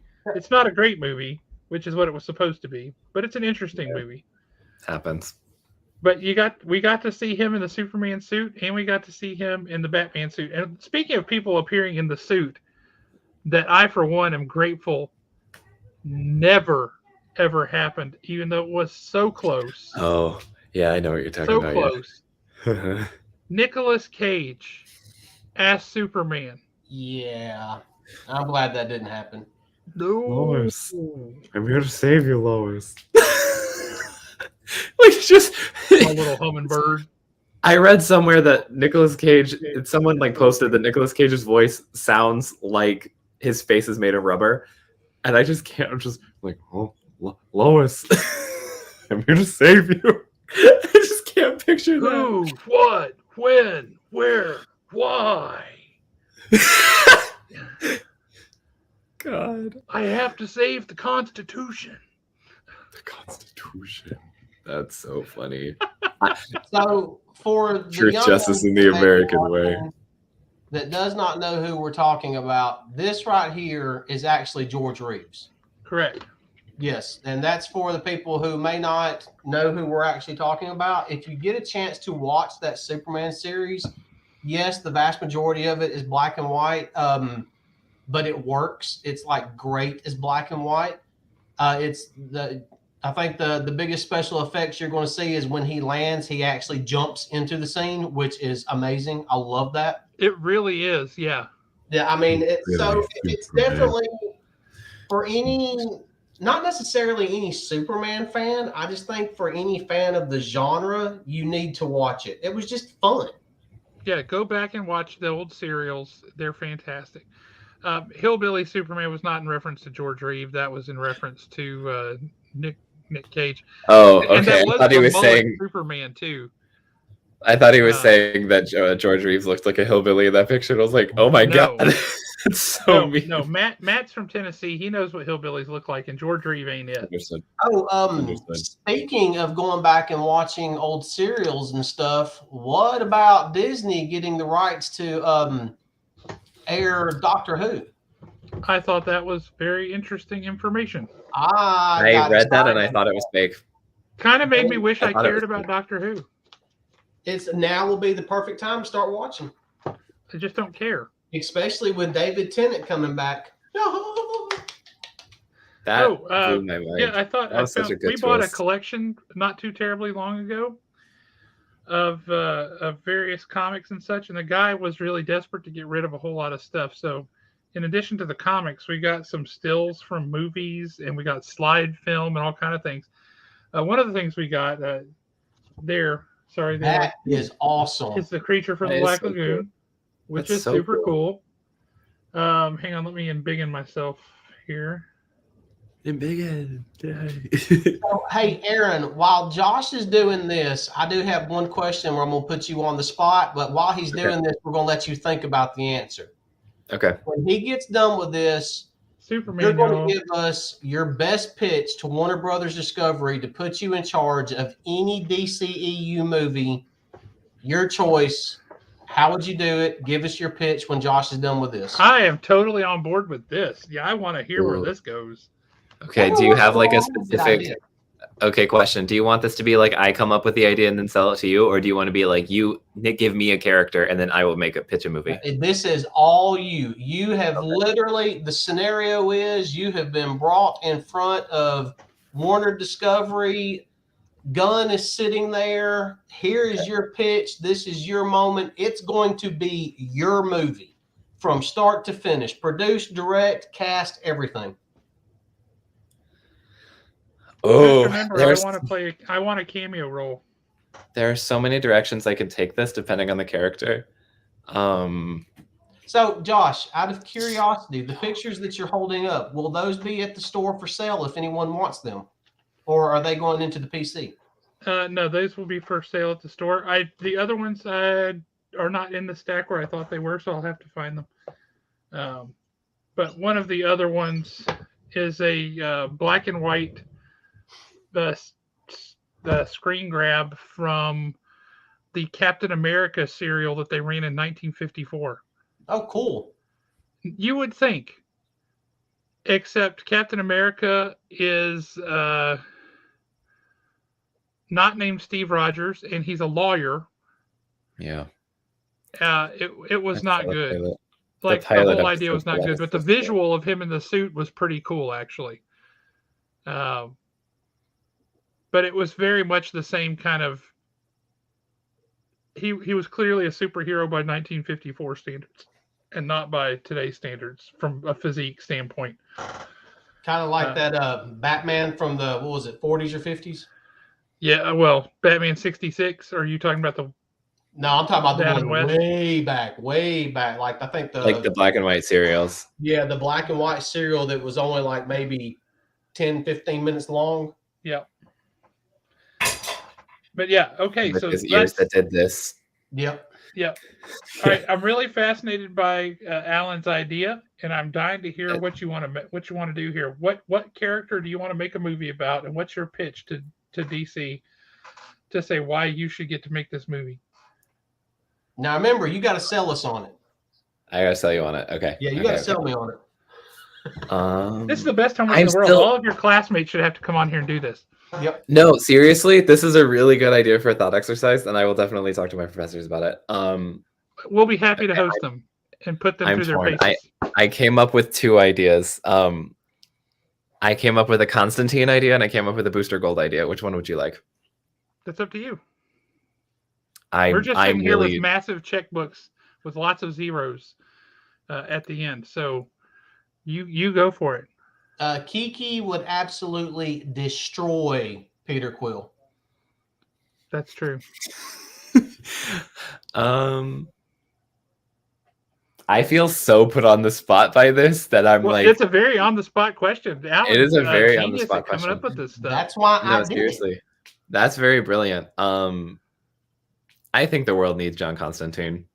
I think the world is in a very specific place culturally in which having a man so continuously destroyed by his own ambition and just his self-sabotaging and his unwillingness to let himself be happy is something that a lot of people will actually be able to gravitate to very quickly.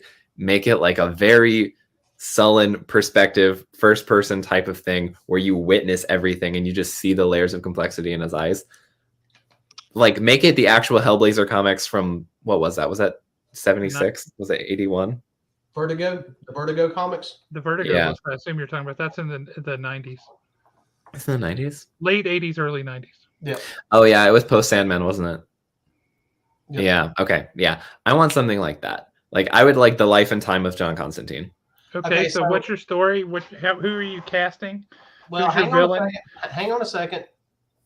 I like where your head's at. I like that you're putting some thought into it, but we've already greenlit the new Constantine movie, so Keanu Reeves. So you're already cut out. Pick somebody else. 2005's John Constantine is The Matrix, and it's not John Constantine, and I stand by that. You know what? I'll give you that. It was Also, a good John movie. 100% agree. Constantine doesn't need a villain because his biggest villain is himself. I stand by that. So why don't you just go to Marvel then and make a Sentry movie? Because I don't want to give into that level of online conversation that would come about of like Sentry could kill anybody he wanted, or he's the most powerful. Like, I hate those conversations so much. Who would win in a fight? Whoever the writer wants to win. But he is his own worst villain. He is his own worst villain. I haven't read a ton of Sentry. I've read Sentry almost exclusively in supporting roles or like as an antagonist. I've not actually read any of his like solo stuff. So are you familiar with how they introduced the character of the Sentry? No, I think the earliest Sentry book I have was from New Avengers. Awesome. I think I'm sure Alan remembers this, right? No. We suddenly got these pictures, old-timey looking pictures of this character, and it was old-looking art with the old colored dots that they used to use, the way the printers did, how the 4-color printing and all this.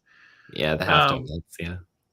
But it was this very old looking stuff, and they said, we have found in the archives at Marvel this character that we had totally forgotten about. And they made up, because this was all false, they made up this retcon story of this character from the 60s that had debuted and then had just kind of gotten shoved aside and forgotten about until somebody rediscovers him in the archives at Marvel. And so what they did was they had, I forget who it was, like John Romita Sr. or somebody, an older artist, draw these old pages. And then they had Jay Lee draw the modern stuff. And they wove together this story because they didn't have all the pages. They only had this handful of pages. And they wove together this story using the old found stuff and the new stuff and introduced this character called Sentry. Well, the whole thing was completely made up. There was no old character called Sentry from the 60s that they dug up. And a lot of people got angry because they I've been had, I've been tricked. This was all false. It was such a good story, and it was such a cool introduction. Interesting, though. Yeah, no, for real. That'll get your attention on him for sure. It did, and I loved it. See, my thing was great. My thing about Sentry was when he first came out, and I was kind of a little bit about the premise of him. My first reaction was, oh well, they got to have their version of Superman, whatever, and I just never read it. Well, that's entirely what it was supposed to make you think. Yeah. And exactly what it was supposed to make you think. But then that's why they did what they did. He was talking from day one. He was talking about the nemesis that was going to destroy everything, called the Void. And the Void was this horrible, powerful entity that would do anything. And he was the only one that could stop it. Well, he had essentially split personalities. He was both the Sentry and the Void.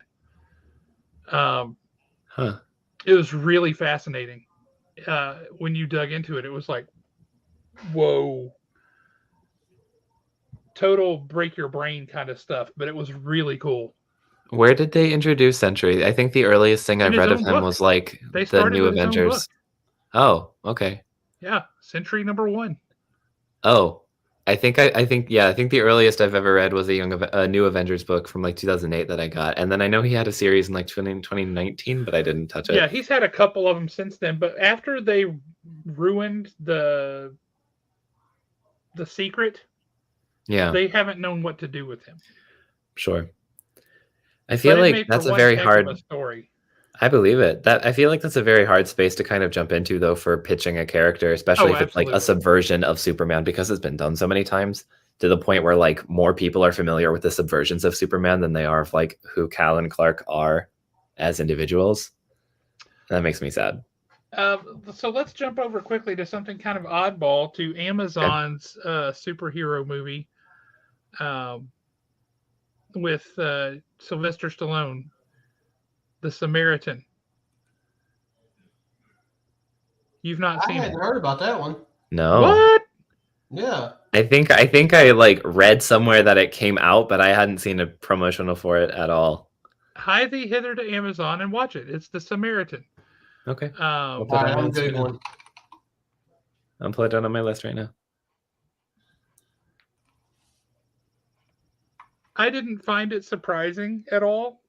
There was nothing groundbreaking about it, but I thought it was pretty well executed. Right. Just generally for what it was. You like the characters, you like the history that you get.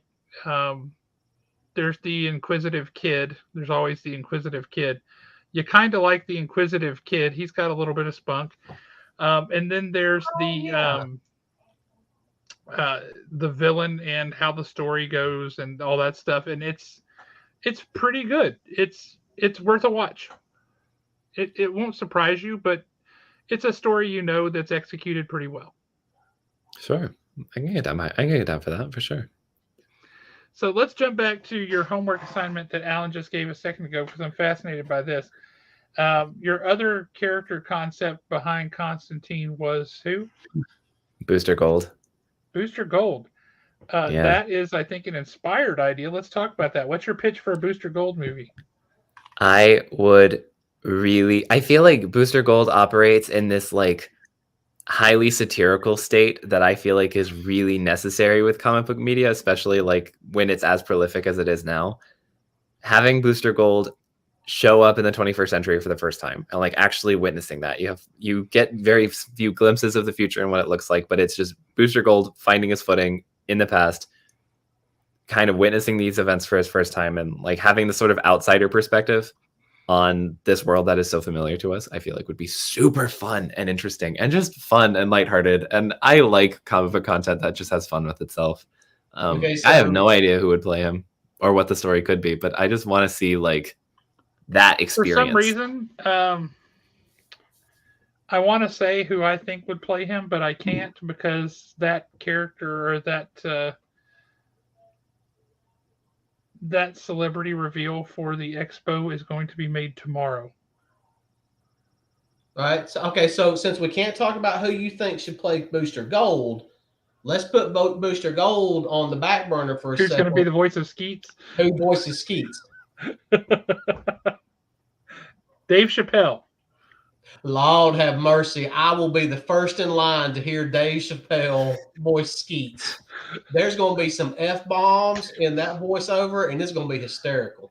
My brain went Danny DeVito for some reason. Now I can't picture anything else. No, everybody knows Danny DeVito is the voice of Skeets. Hang on, I have to think about this for a second. I got to process this. Everybody knows that Danny DeVito is Wolverine. That's true. True. The only way Danny DeVito can do the voice of Skeets if he does it in his satyr voice from Hercules. Absolutely. It's Rob Schneider. It's Rob Schneider. You can do it! As Booster or as Skeets? As Skeets. Yeah. Oh, okay. You can do it! That's so funny. So who like Boosterino, the Booster Man. Who would be the antagonist of the Booster Gold movie? Do what? What was the question? Who would be the antagonist of the Booster Gold movie? Well, that's a very good question. Does Booster Gold like even have a rogues gallery like that? That's just it. He doesn't. It doesn't matter. You get to make them up. Yeah. You can borrow somebody else. Is it Captain Cold? Is it Ambush Bug? Is it Firefly? Who is it? Ambush Bug makes my brain tingle. I like that idea. Also, like, kind of side note, It is shocking to me that Brainiac has not been put in a movie before. Like a little bit. I can't really wrap my brain around the fact that has not happened yet. Booster Gold's absolutely not the character for that. Speaking But about Brainiac generally, for a second, that makes me think of the leader. Yes. What? They're bringing the leader back from the 2008 Hulk movie that they 14 years later. Surprise introduced it. But they're bringing him back. Yep. Yeah. Also, kind of tangentially about that movie specifically, Captain America: New World Order. Harrison Ford? Yeah, it's Thunderbolt Ross. They got Harrison Ford to do another franchise? That shocks me. Just because of how he conducts himself in interviews and how much he hates Han Solo fan questions. Like, he's going to get that and Marvel questions. Like, that press junket is going to be hell for him. He might hate it, but he sure does laugh all the way to the bank. Yep. Yeah, absolutely. But I cannot wait to see the CGI version of Red Hulk that is some cross of between Harrison Ford and the Hulk with a mustache. I cannot wait to see it. Honestly, Red Hulk is one of those comic book characters that I like detest conceptually. 100% agree. I really hope that they just keep him as Thunderbolt Ross. Like, I feel like that in and of itself, a man who has been put in this position of power, who hates superheroes, but the superheroes of his time are essential to the livelihood of his nation. Like, having that is compelling enough. Having him then become a superhero, villain, anti-whatever, feels cheap to me. See, I think it's coming because of that one line from She-Hulk where she makes mention of a Red Hulk. So she was making fun of the concept of a Red Hulk, wasn't she? Do what? Wasn't that line about how she was making fun of the concept of the Red Hulk? I think so, but you know how they do like foreshadowing on some of that stuff. Sure. Man, I'm incredibly excited to see the leader. Tim Blake Nelson feels like a very strange choice, because I don't know if I've seen him do anything like malicious or scary other than Watchmen, and I don't know how well that would apply for the leader. But I mean, if they want to do it, by all means. I mean, yeah, do it. Let's have fun. Let's have some fun for sure. All right, well, now we have to revisit another topic we kind of touched on earlier, and then we jumped away from, and that's Evangeline Lilly cutting her hair. Yes, that is the cultural cornerstone. Yeah. Don't do that. But Quantum Mania, I'm excited for several reasons, not the least of which is we got Kang looking like Kang. We got Kang the Conqueror for real. Accurate looking Kang. That's going to be awesome. I love that they're not like painting his face that blue color, but it's just these lights on his helmet that light his face up and make it look that way. That's clever. Yeah. He looks great. That actor is fantastic. If you guys have not seen Lovecraft Country, you need to get on that. Dude is awesome. Great show. He also has a movie coming out in November called Devotion, where he plays a World War II pilot. And that looks actually really good. And I don't really care for war movies. He has that bluish purple color to his face. Also, and his question about appears to be comic accurate. Yeah. Question about comic book Kang: is his skin blue normally? Because I know like Nathaniel Richards and Iron Lad are both not, and they're regular human colors. Is Kang blue as like a tactic? Is it a science experiment gone wrong? Is it an intentional choice to make him look more intimidating for whatever reason? Like, I don't think I know the reason. Back as far as I can remember, he's always had that purple bluish color to his face. Weird. So much so that when they cast any human being to play him, I was like, I have to think about this for a minute. Sure. Because I don't think cutting off somebody's oxygen supply long enough to be in character is a good idea. I mean, they made Josh Brolin into Thanos. They can do that. They did. But I thought it was really suffocating good. Jonathan Majors. Yeah, early Silver Age and FF, he's purple. It's a purplish blue, bluish purple. But he's always been that way. There's a story in the Avengers run, I want to say around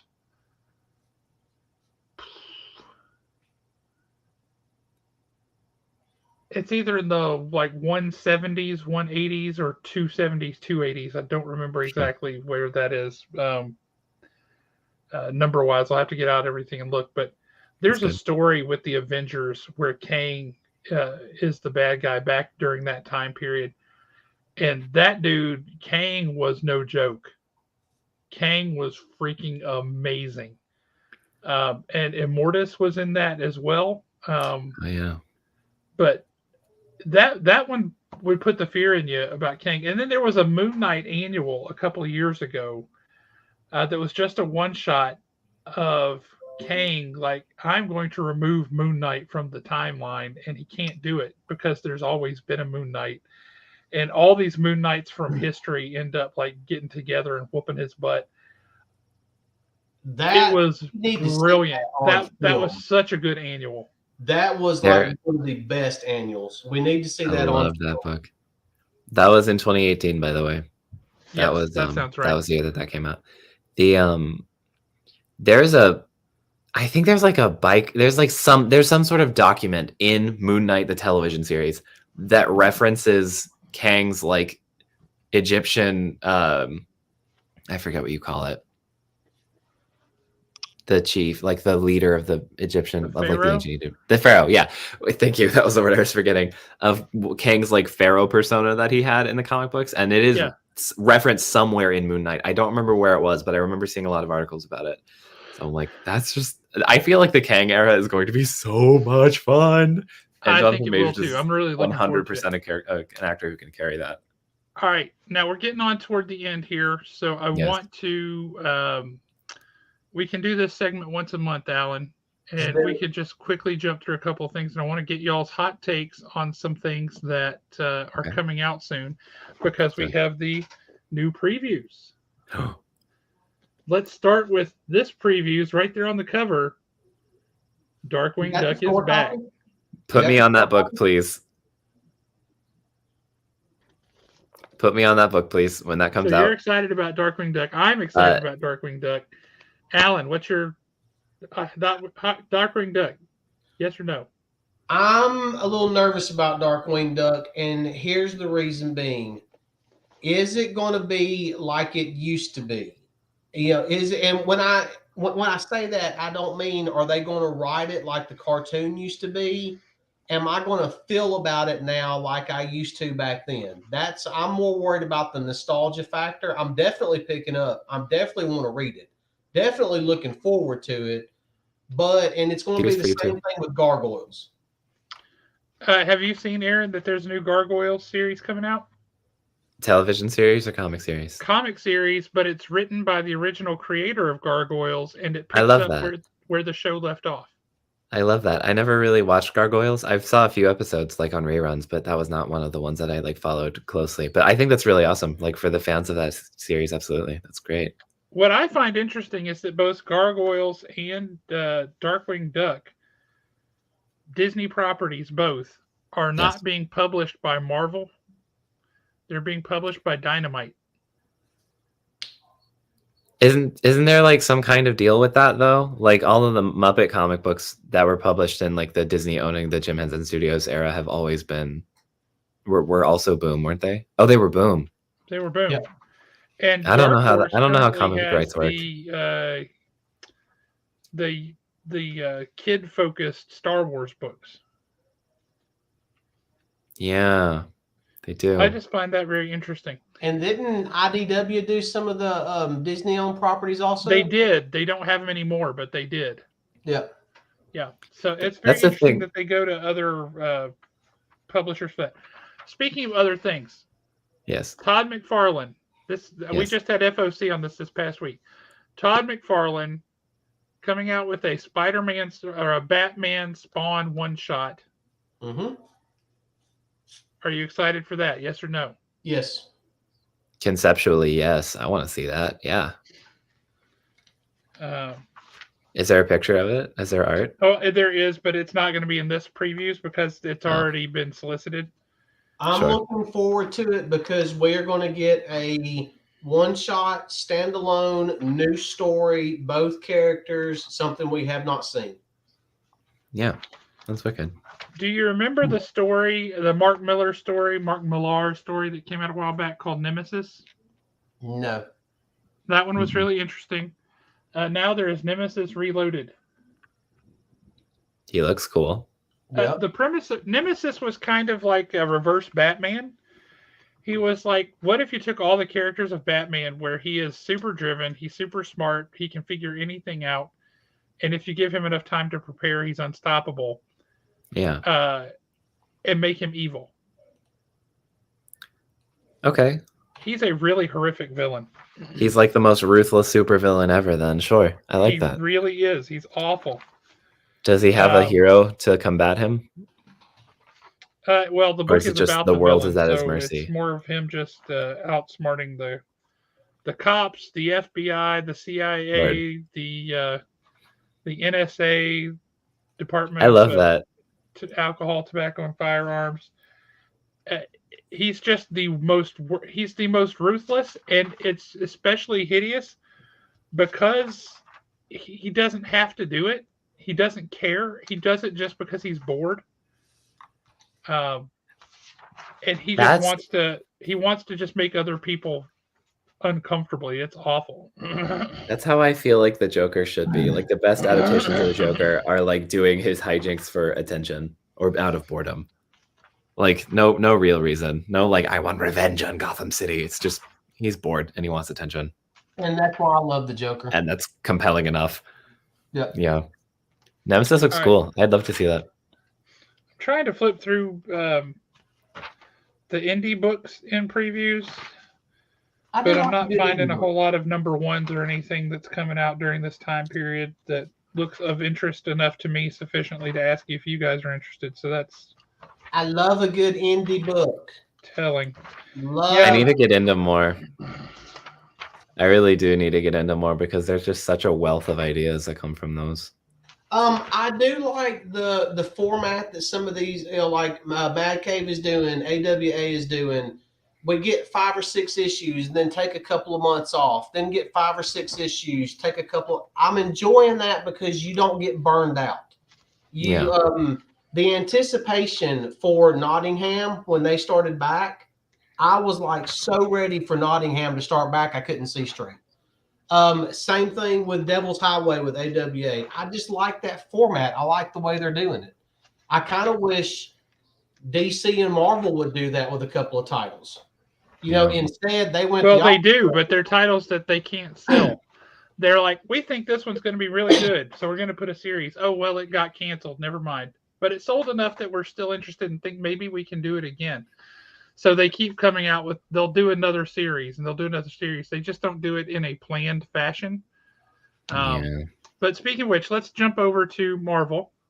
So right out of the gate, Sins of Sinister.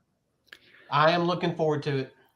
I need the elevator pitch, but off the top of the bat, Mr. Sinister is my favorite X-Men villain. However, all of the X-Men event titles of like the last like 3 years, everything post House of X, I'm just like, I don't really care.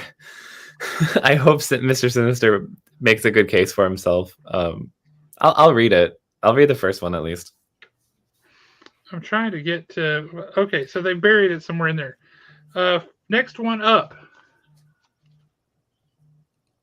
Yeah. Yes. You already know who's looking forward to that in my house. I've got a Billy and Tommy slabbed book that I have from you. Wanda Maximoff is one of my favorite fictional characters of all time. I'm so excited. That's how my daughter is. All right. The book that this is actually going to be on the cover of is Amazing Spider-Man number 17, which is disappointing. Okay. But I can tell you I'm ordering a ton of this because of this cover. Yep. Oh, yeah. That's spectacular. Those are straight up cover buys just to go in my daughter's collection. How awesome is that? That is spectacular. I love that. That's amazing and sensational. That's all of the Spider-Man adjectives. Amazing, sensational, web of. Yes, I'm with you. It's fantastic. Now, next that is very web of. Are you excited for Avengers War Across Time? This is the Kang saga. And Alan Davis is on art. Really honestly, cool. I could care less about that one. Conceptually, I would like it. They did like a 2-issue series, like maybe 3 or 4 years ago, and there was like Avengers Unleashed, and it was a Loki series, but it was just here's the roster of the Avengers from like 87, and just here's them against Loki, and I'm like, okay, yeah, let's have fun. I like it. Sure, that was fun. Speaking of people with haircuts, Wasp #1 of 4. Is that Nadia? Or is it Janet? Fashion designer, businesswoman, founding Avenger, Janet Van Dyne. I'm there. I'm there. No, I'm not there for me. If it's like okay, here's the thing. I love Marvel so much, and I do love it when characters get attention that never get attention ever. I just hope it's put in the right place, you know? Because so many oftentimes it's just, oh, wait, it's a spin-off of that Ant-Man book? Yeah, I'm there. Well, it's just an alternate cover, but is it not a spin-off of that Ant-Man book? Doesn't seem to be. All right. Tough. Joe Fixit, #1, written by Peter David. Wait, no. What? It's a 5-issue limited series. Why? I can't say one way or the other. I'm confused conceptually. Why? You know who Joe Fixit is, right? I do know who Joe Fixit is. Why is he getting a 5-issue limited series? Why is Norman Osborn getting a 5-issue limited series as a character called the Gold Goblin, who thinks he's a hero and wonders, even though he rides around and dressed like a goblin and on the glider like a goblin, why do people keep associating me with the goblin? I'm a good guy now. Norman Osborn as a character makes me want to throw up. Yep. In all of his fashions. They continually force him down everybody's throat makes me want to throw up. Yeah, Red Goblin wasn't enough. That wasn't enough to be a deterrent from doing that. To essentially do Batman White Knight, but with I'm curious at your ideas on this, because this is like the 4th iteration of this book coming out at the same time, all with the same name. So to me, this is the example of there was a really big swell of support for the movie, we could say. There were a lot of people that loved the movie, and then it was almost like they tried to force the rest of it down our throat. I could care less about Shang-Chi. My answer is going to be entirely dependent on who's writing it, because if Gene is writing it, yes. Because Gene is writing it. Then yeah, I'm there. The stuff that he has done on like the main Shang-Chi title has been like actually exemplary, and I'm gonna see it through. That's like Chip with Daredevil. This gives me more hope for the Sins of Sinister book. It's written by Kieran Gillen. Kieran Gillen, writer of Die. Kieran Gillen, writer of Once and Future. Yeah, I'm interested. And I hate where you guys like Mr. Sinister. I hate him. I've never liked him. Understood. Mr. Sinister to me is that character that they did a decent job with. He wasn't an overwhelming, oh my God, my favorite villain of all time. But he's that one character that I see tons of potential in with the right writer. Kieran Gillen might just be that writer. Kieran Gillen is good. Yeah, I'm suddenly pro Sins of Sinister. All of a sudden, yeah. Let's do it. Let's see what else we got here. Come on, you know you got other books in here. Let's see. Hulk, Planet Hulk, more Hulk. Here's one I know you'll like, Aaron, just because I know you like this character. Yay! That makes me happy. Is that a one-shot?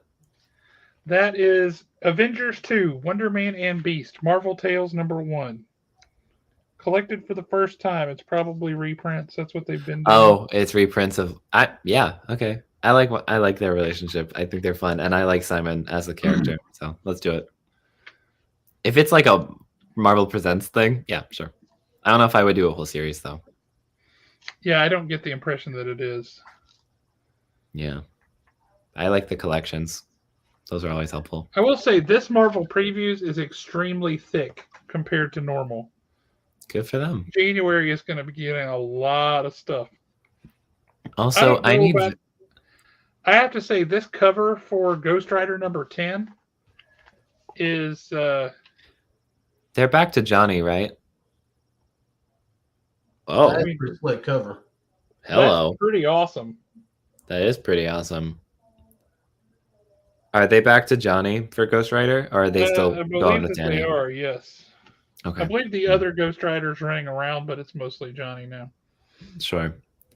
They did 2 Ghost Rider series, like kind of in succession, like really close together, like within a couple months of each other. See, I got thrown off. I liked Ghost Rider Spirits of Vengeance, but that was about the only Ghost Rider title I ever really liked. Oh, yeah, we are headed toward that showdown, and if y'all are not getting ready for that, that is gorgeous. I forgot that they redesigned the Punisher skull. I forgot about that. Well, that's because he's part of the Hand now. Oh. He died. Okay. He died and got resurrected by the Hand. And he is part of the Hand. He's leading the Hand now. Have you read Daredevil 4 yet? I have not. Oh, I'm very behind on Daredevil. I love the way that it ended. I still haven't finished Chip Zdarsky's main series yet because I was holding on to it for so long and I wanted to be able to binge it because I binge read that book like it's nobody's business. And I just haven't had time, but I really want to. That's like the one on the top of my stack. See, I want to do that. I want to like save up all the Daredevils and then just binge read them. But the problem is, as soon as it comes out, I've got to sit down and read it right then. That's fun. As someone who wrote a Marvel RPG, yeah, that's amazing. That's so fun. I love that. That's probably the only way we're going to see a kick-ass Cyclops, is if it's in an RPG.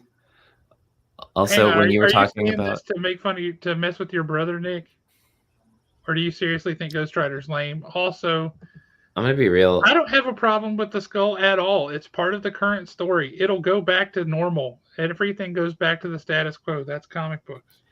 I'm gonna be real with Ghost Rider content. I really like Robbie. Johnny, I have a hard time keeping with, just because the status quo doesn't really get shaken up in any very meaningful ways that I've read from what I've been able to get my hands on. But like, I love me some Robbie Reyes Ghost Rider. Well, if you find yourself in need of the very first appearance of Ghost Rider ever, we happen to have that at the store. It's after 8 o'clock. Do you know where your children are? We're in prime time, and it was just a 3-letter, so it was a minor one. All right, let's quickly look at DC. The cover of DC. I know. I am Lazarus Planet. Definitely looking forward to that. I don't read DC really much ever as part of like my box, unless it's something really, really good that grips me. The Lazarus stuff has not been that for me, but no. I'm here for it. I will say I have never cared. I don't like Damian Wayne as Robin. I hate that kid. Cyborg has never been my favorite. And why in the world is the freaking Monkey King in the middle of this? Because they need to push that title. It's terrible. Wait, I think I remember I follow Tom Taylor on Twitter. John is a Superman for Lazarus World, right? Or Lazarus Planet? Yeah. Yeah. That's kind of my only draw, to be honest. I don't know. Half of the characters on that list right there on that cover, I actively dislike or am ambivalent to. 2 out of 3 I actively dislike. Great. Great start. Hey, how are you? Hey. Nick, I can agree with your comment on some level as long as we get the Nightwing version of Dick instead of Robin. I don't even think we need to go all the way back to Dick Grayson. We could go back to Tim Drake and stop there. I love Tim Drake. Yeah. Alternatively, Bat Family book. Like, why is there not? There's a title for every Bat Family character under the sun, but there's not a title for the family itself. I would love to see like a slice of life comic book of the. This has number 3 because number 1 is about to come out next week, I think. But Mark Silvestri's Batman and Joker, the Deadly Duo, a series he's been working on for the past 10 years. Here's the cover for number 3. I am intrigued by that. I definitely want to pick it up and see what it's going to be like. I know in a couple of the comics they've had like a 2-3 page little excerpt, and I'm digging the art. I think the story could be fun. So yeah, I definitely want to pick that one up. If it's a Joker versus Batman story, methodical enough to be brewed on for 10 years, yeah, I'm there. It's Nightwing number 100. Mm-hmm. Well, I mean, Tom Taylor, enough said. I love his Nightwing books so much. Y'all, these other covers though,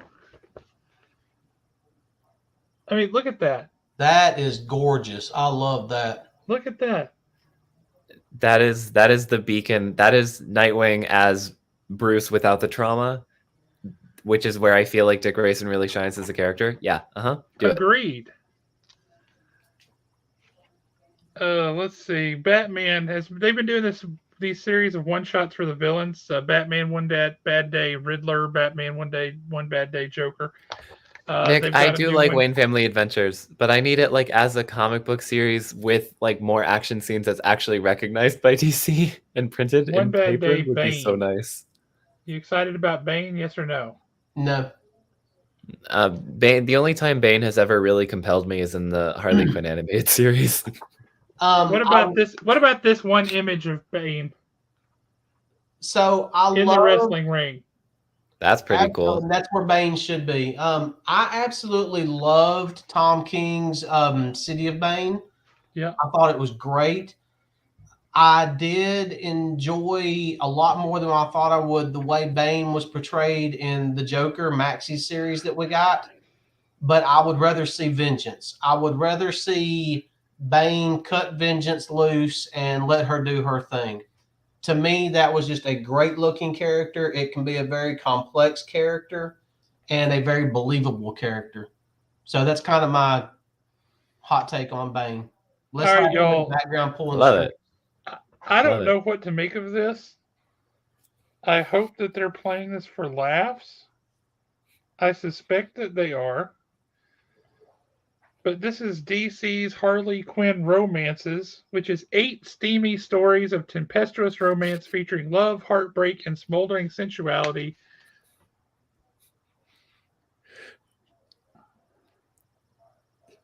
You know what that reminds me of? Harley Quinn and Aquaman. Hey, hold that up and show me the... Okay, so I've been wondering, I've been seeing this picture of Superman and Lois online like a lot here lately.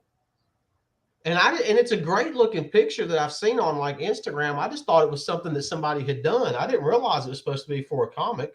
That's supposed to be Harley Quinn. Oh, is it supposed to be not Harley? Lois? Also, this is Harley Quinn with... Oh, that's right, because Harley's not a real blonde. Yeah, that's right, because Harley's not a real blonde, is she? And that's Harley Quinn with Midnighter here. I mean, honestly, if you just look at the art, it's some beautiful art, but am I going to rush out to collect it? Probably not. All right, now... When you say... Oh. Go ahead. When you say 8 Harley Quinn romances, my brain immediately pictured, like, an anthology where Harley is, like, has a love story of herself, but then she's also, like, narrating the love stories for other people. So she just has, like, a roast track for like Clark and Lois. I imagined it like almost more like that, not her with 8 other people. Nick is a big fan. Yeah. Now this one, they claim, we'll see how it goes, but they claim they are relaunching, and God knows he needs the help, Superman as a title with Action Comics 1051. That makes me happy. That makes my heart happy. Action Comics Reborn. I hope that works for them. I really do. I love the family dynamic. Yeah, I can tell you, it can't go down in sales at the store by much.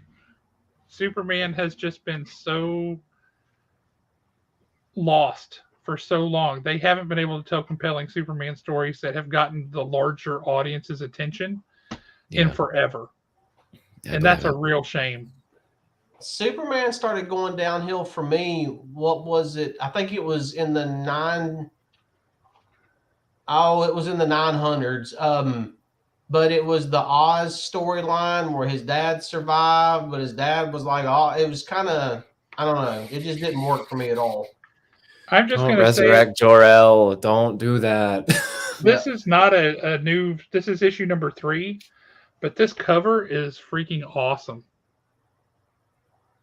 Yeah, is that for Stargirl? 3. Oh, JSA. That is so cool. That cover is great with all of them staked out to the clock. That is really cool. Who is that in the purple cape? Is that Huntress? In the back? That's Huntress, yeah. Word. That looks cool. Love it if Clock King was the villain in it. That would be Oh my God, please. Please. You know you want it, Aaron. I do. I want all of those original characters made for Batman the Animated Series to be like brought in properly as like real supervillains. Can we give everybody from that show the Harley Quinn treatment, please? Apparently not. Did you watch? Did you read Batman Killing Time? No. You need to read it. I will put that on my list. Read it. Good. It was what, 6 issues, 7 issues? 7, I think. It was longer than the normal, but it was good. So good. See what else, if there's anything else. I think that's probably it. That's really They've awesome. got a very thin catalog this week or this month. So their July, they're not putting out nearly as much. So July, January. I was wondering what you meant by that, but I wasn't going to question it. Yeah, that was just a slip of the tongue there. It was the first word, first month with a J that popped out. Also, so yeah, there's some cool stuff coming out. I'm brought these home so I can put together the sign-up sheet, which we will be putting up at the store on Saturday. We will have the sign-up sheet, so you can sign up for all the favorite books. And I know a couple of people I need to put down for Darkwing Duck. Mm-hmm. Then there's LBW. Awesome, and I love Darkwing Duck. Absolutely. I miss Vision. I need a book with Vision in it, like yesterday, please. It's been so long. It's been 84 years. You do have a cool Vision statue, though, don't you? I do, and he's in my living room very prominently displayed, and I see him every day, and it makes me happy. But I just miss him very much. You got a cool Wanda statue, don't you? Do I? I never got confirmation on that. Maybe it has been ordered and hasn't come in yet. I think now that I think about it, it was in previews a month and a half ago or so. So it should be coming in the next 4 to 6 weeks. So just in time for the holidays. Okay, cool. Because I'm definitely seeing you. I'm seeing you Thanksgiving. I'm gonna be there the Saturday after Thanksgiving. Darn We're gonna do this. It's gonna be beautiful. Yep. So if I can come home with a glistening statue of Wanda Maximoff to put next to Vision, so they can finally be together. My heart is so full. My heart is full. Oh, that was a little steamy, I thought. It is almost steamy. Yes, it is almost 9 o'clock, so I can say this out loud because my daughter is in bed asleep. So a friend of ours, Dustin Ellis, with Two Brothers Comics, his brother Nick's all up in here talking about Spider-Man was treated worse than Superman's treated worse than Spider-Man. This is actually the cover of Deadpool 13. It was a variant that they did for Deadpool. I don't know why. This is the Virgin variant. Dustin had it in the 9.8, and that is one of my daughter's Christmas presents this year because she is all about the Scarlet Witch. Heck yeah. When she read, she was starting to read Tom Taylor's Dark Ages because Scarlet Witch was in it. And as soon as Tom Taylor killed Scarlet Witch, she put the book down, didn't finish the series. She was mad. I respect it. I respect it very vehemently. Yes, you're right. That one is steamy, but it's a gorgeous cover. I just like it. Ooh, she naked. That's Mm-hmm. funny. So before we let everybody go, and I know we have gone crazy long tonight, so thanks to however many of you have stuck around for this insanity. Thank you. A couple things I want to talk about and let people know. One is this Monty Python's co-curricular medieval reenactment program, the role-playing game. No, it isn't. That's beautiful. This is coming out, and it looks absolutely hysterical in every conceivable way. We backed this Kickstarter at the retailer level, so we're going to get 10 copies of the game. One of the stretch goals, I think it's a stretch goal and not an add-on. Either way, they've taken a backgammon board and made a game out of it that involves little miniature catapults and little meeples that are made that are animals. So you can launch the cow or the chickens or whatever across the backgammon board. So from the movie, it looks like a hoot, and I highly encourage everyone to pick that up because we're going to have 10 copies, and I would really like to not lose money on that. Also, it looks like a lot of fun. And B, Alan, you're going to have to tell folks about this. So, yes, November 5th, which is a week from this Saturday, we will have Wyatt from the Blurred Syndicate, Jeremy Bernard, Tots. There are actually several people that we are doing the One Chip Challenge for charity. This is our second time doing it, except this time around we're going to be live at the store. We will have food trucks, and one of the reasons why I've been looking down at my phone half the night is the fellers have been going crazy in this group chat that we have going, and one of the food trucks is a Baskin Robbins truck. So I didn't even know there was such a thing. I didn't either, but I'm definitely going to be enjoying it. That'll be very helpful. After Nick, that. you're going to waste your time. Y'all should be in Huntsville with us or in Madison. So, but what we're doing this year is we will be doing a food drive for Manor House. So as usual, please bring non-perishables, canned goods. Canned goods are always great. Don't bring stuff that you wouldn't eat. Bring something that you would enjoy eating, so that way we know somebody else would enjoy eating and it. Nothing expired. Yeah, nothing expired. And we will also be taking donations for Angel Tree since we're so close to Christmas. I know as of right now, I think we have 5-6 people that are doing the One Chip Challenge. Personally, I have ordered the Bean Boozled Spicy Bean Challenge. I might actually be doing that. It is the jelly beans that are flavored like various peppers, and the peppers are habanero, jalapeno, sriracha, and ghost pepper. The deal is on this, there's like a spin dial, and it's a game, and you thump it, and whatever it lands on is what you're supposed to be eating. So it may get changed up a little bit between now and then. That sounds like an appetizer before the One Chip Challenge. Oh, yeah. Well, I've seen people do the Bean Boozled cleanser after the fact. Yep. I've seen people do the Bean Boozled, and it's not that much fun from the looks of it. Ghost pepper jelly bean just is so terrible. Yep. So chances are either I'm going to go head-to-head with somebody, and it's going to be done last man standing style on that one. Or what we might do is anybody that shows up for $2, you can spin the wheel, and whichever one it lands on will be the one that I'm eating.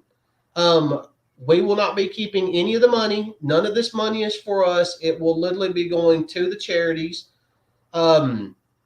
There will be raffles. One of the things that are being raffled away is this might be a step out. Don't hold me to this. I reserve the right to be wrong, but it might be 2 tickets to the Pop Culture Expo. 2 tickets to the Huntsville Comic and Pop Culture Expo. That's right. Pop Culture Expo. We will also be having various stuff that everybody's pulling out to raffle off. So y'all come out, see us. I think we're doing the challenge at 1 p.m. Saturday afternoon, November 5th. So nobody can sit there and say it was too early or it was too late. We're going to be right there right after lunch. take your family to Arby's or McDonald's or wherever for lunch. Then come hang out and watch these fools burn their insides out with Or napalm. if we get a list of what food trucks we're going to have, y'all just come on, eat there. You don't have to eat anything spicy if you don't want to. Get some ice cream, watch us in pain, and then donate canned goods, donate money, and then go in the store and see what stuff's going on inside the store. Also, the raffles and things we'll have prizes from the store in the raffle too. So yeah, always feel free to come in the store and buy things. That's we're big proponents of that. Yeah, Yay, capitalism. Or go in the store and buy things for me. Alan is a big fan of that. That's true. I'm perfectly okay with that. We can give you a list of the things he likes. Mm-hmm. Yo, Joe. So yeah, y'all come out and see us on the 5th. Awesome. Thank you, everybody. Awesome. Aaron, thank you for coming on. And thank you for having me. Dude, anytime, man. Always good to hear your insights into what's coming out and who's doing what and all that, because you always have your finger on the pulse of all the movies and such. We didn't even get to talk about any of the House of the Dragon stories, so we'll have to come back and do that later. Absolutely. I have to finish it. I just started it yesterday, so I'll get. Well, there you go. I'll get caught up for that conversation for sure. Awesome. Well, everybody, you guys have a great night. Peace out. This has been so fun. Thank you guys so much.